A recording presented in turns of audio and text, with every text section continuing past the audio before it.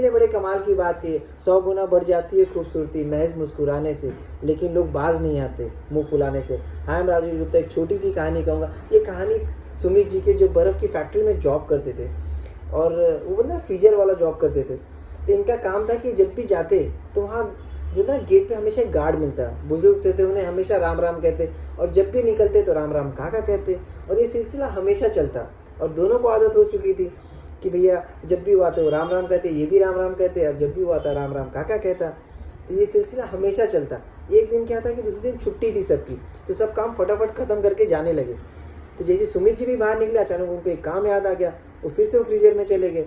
जब वो फ्रीजर में काम करने लगे तो ज़्यादा टाइम लग गया, और जब वो निकले तो पता चला कि गेट बंद हो चुका था फ्रीजर वाला। और चिल्ला रहे हैं, खटखटा रहे हैं, मगर कोई सुनने के लिए तैयार नहीं। फिर वो आईने की तरफ देखने लगे। वहाँ पे एक आईना था जो बाहर दिखाई देता था, शीशा था। तो जब वो देखने लगे तो वहाँ पे पूरी फैक्ट्री सुनसान दिख रही थी।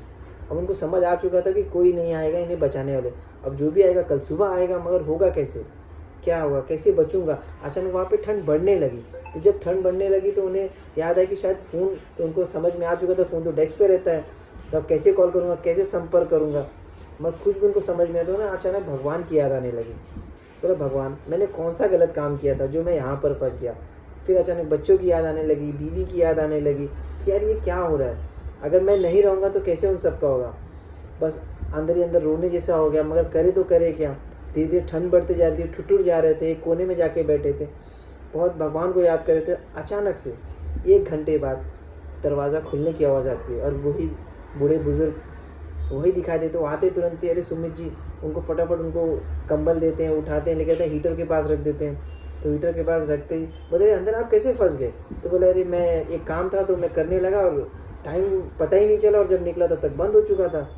मेरी छोड़िए, आप कैसे यहाँ पर आ गए। बोलते आप जाते आते समय तो राम राम कह के गए थे, मगर निकलते समय आपने राम राम काका नहीं कहा था। बस मैं उसी का इंतज़ार कर रहा था कि कब वो आएंगे, और मुझे पता था कि आप अभी तक आए नहीं थे।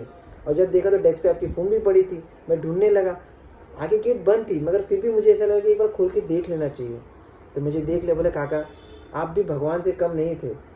तो बोला नहीं बेटा, भगवान ने नहीं, वो राम राम ने हमें बचाया, आपको बचाया। मैं उसमें राम राम का इंतज़ार कर रहा था, और यही था। तो बस ये कहानी ना सुमित की है ना वो काका की, ये कहानी हम सब की है कि हमेशा ख्याल करना कि हमें नमस्ते, किसी का अभिवादन, किसी से प्यार से बात कर लेना। आपको नहीं पता कौन आपको कब काम आ जाए।